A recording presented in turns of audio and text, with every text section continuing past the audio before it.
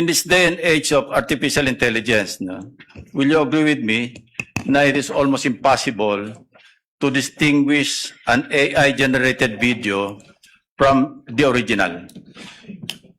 It Almost is- impossible. Yes, Your Honor, it is hard, Your Honor. Yeah, very hard, di ba? Very difficult.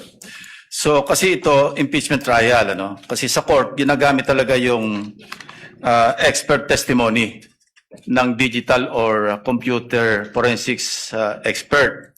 Now, you may or may not answer this question kung classified, ano? Gusto ko lang malaman, ano ba yung digital forensic tools na ginagamit din sa NBI? Currently, I'm not familiar. But during the time na nandun po ako sa Digital Forensic Laboratory Division, meron kaming NCase Forensic, Celebrite, and Amped Authenticate, sir. Amped Authenticate, sir. Ang balita ko, yung AMP5 or AMP Authenticate, di ba? Amped Authenticate, sir. Ito yung ginagamit ninyo. Ito, capable ito na magsagawa ng reverse image, photo or video, di ba? Yes, Your Honor. Okay. Ito ba yung ginamit mo? For this part, Your Honor, the OBS only, Your Honor. Ba't hindi nyo ginamit ito? The duration is too large, Your Honor, the 2 hours. And the Amped Authenticate can only detect if there is a inconsistent FPS, Your Honor. Yeah, kasi kaya ako tinanong yon dahil una maraming para mag-adhere na magamit sa korte, no? Likewise sa impeachment court.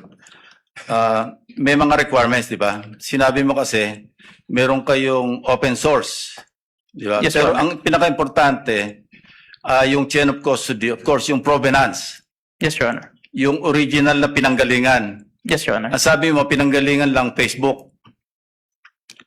The Facebook was captured, Your Honor. So, hindi yun ang original, di ba? The screen recording is the original itself as to my authentication, sir.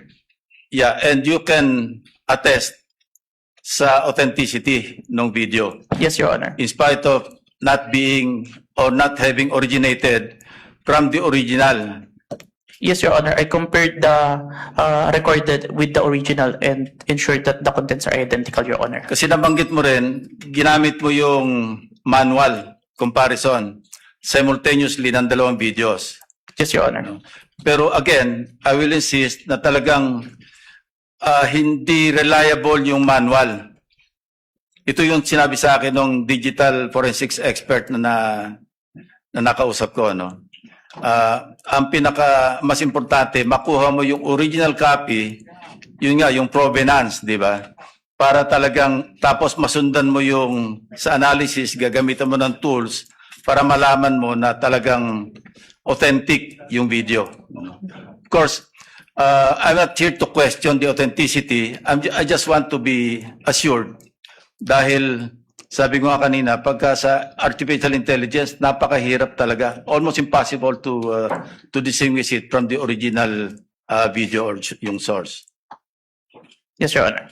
And you're competent enough ginagamit yung forensic tools o forensics tools at yung inyong yung competence mo through your training, no? And experience, Your Honor. And experience. Kasi sabi mo nga, you've been with the NBI since 2021, di ba? Yes, Your Honor. And since then, you have appeared in some 20, At least 30, Your Honor. 30, Yes, Your 30 court hearings. Yes, Your Honor. So, thank you, Your Honor. Thank you, Mr. Presiding Officer. Thank you, Your Honor.